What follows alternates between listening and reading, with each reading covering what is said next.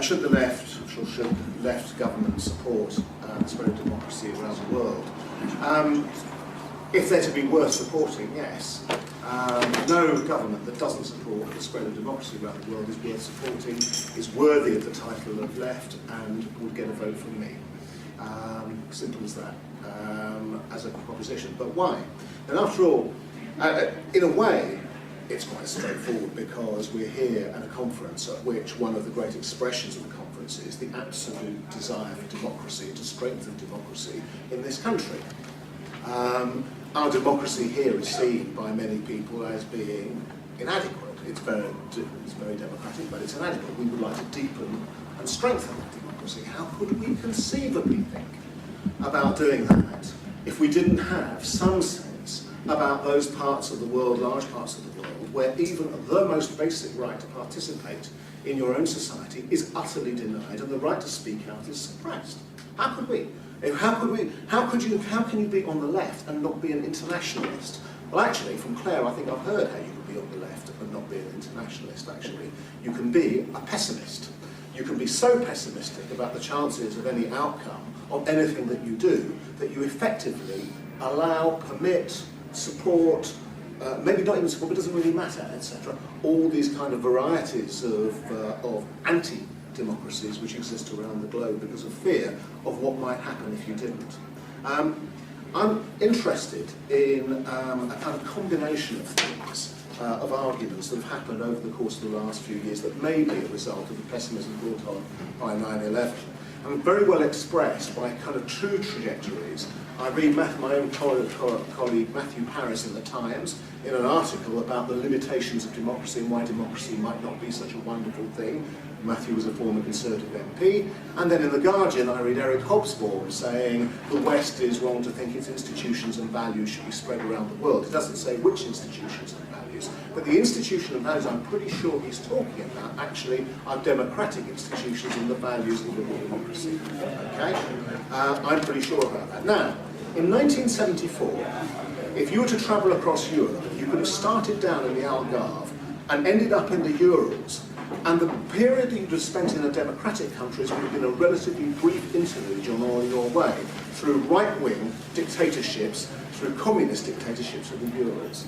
That's not the situation now. So before we kind of dissolve ourselves into total pessimism, let us recognise that this is a continent on which Spain and Portugal are democracies, and so are the Czech Republic, so Slovakia, so in nascent ways are Romania, Bulgaria, so too in its own way now is Serbia, so too is Croatia, so too is Poland, so too is Lithuania, so too is Estonia, so too, partially because of the campaigning work of the EU, is the Ukraine, which is a big gain to the people of Ukraine, and so on.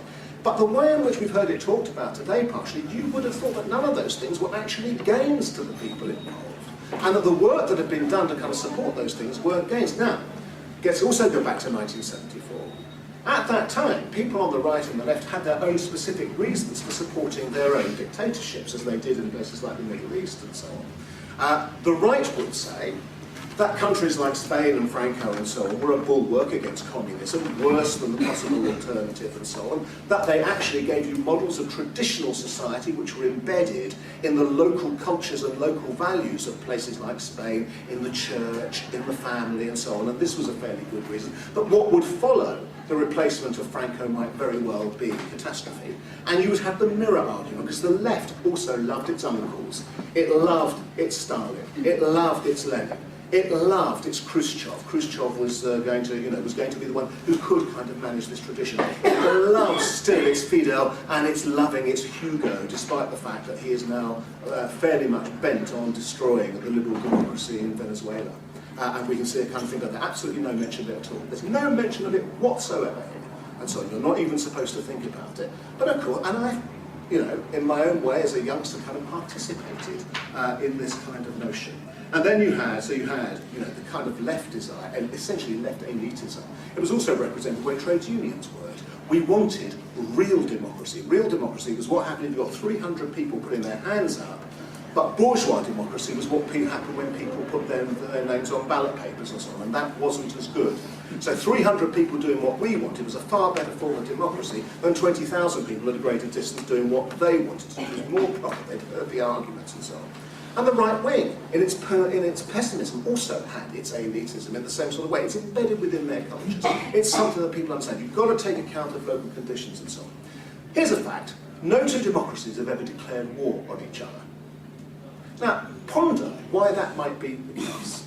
Ponder why it is that although it's not a sufficient condition, democracy is a necessary condition for social advance. The Chartists understood it, the suffragettes understood it, and so on. But some people here on the left today don't seem to understand this anymore. They don't understand that having some form of democratic government in Afghanistan is almost certainly a precondition to having the situation whereby women can actually have health care in Afghanistan, something they were denied before the intervention, and which led to a mortality amongst women which was simply remarkable, and which, amazingly, large people on the left, numbers of people on the left, don't care about. I do not understand this. I can't comprehend it. They don't care about it.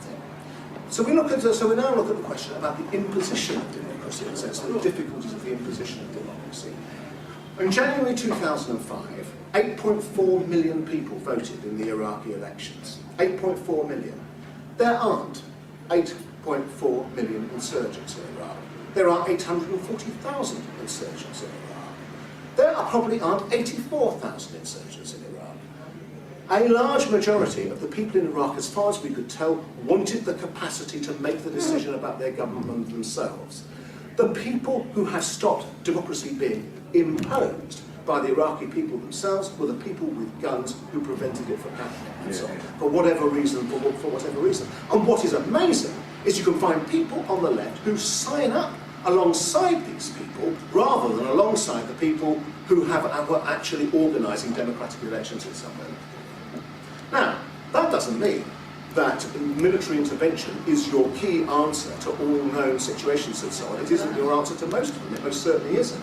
In somewhere like Iran, again, which almost nobody on the left talks about, it's absolutely essential that the left supports and has solidarity with, as Sammy rightly says, but doesn't do, right, with the democratic forces and democratic liberals and left forces in Iran. It's absolutely essential. The Iranian government has let it be known to academics that they are not to travel and they're not to have much to do with Western. They're going to be on suspicion, much as they did in the old Soviet Union and so on. And at the same time, what does sections of the left do? They organise an academic boycott of Israel to enforce exactly the same situation on Israeli academics that the Iranian government, out of repression, is trying to impose upon Iranian academics and so on.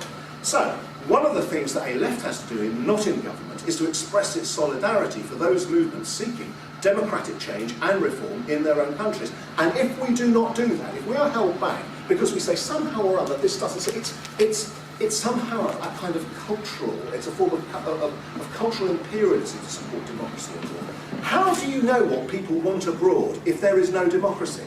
How can they tell you what it is they want if they're not entitled to have a voice? How can anybody find out? Why would you assume that people wouldn't want to say in how things are run? And it's not enough just to say, Claire, national agency and so on. National agency can be expressed through a Hitler, it can be expressed through a Stalin, it can be expressed, God knows, by a Mobutu and so on.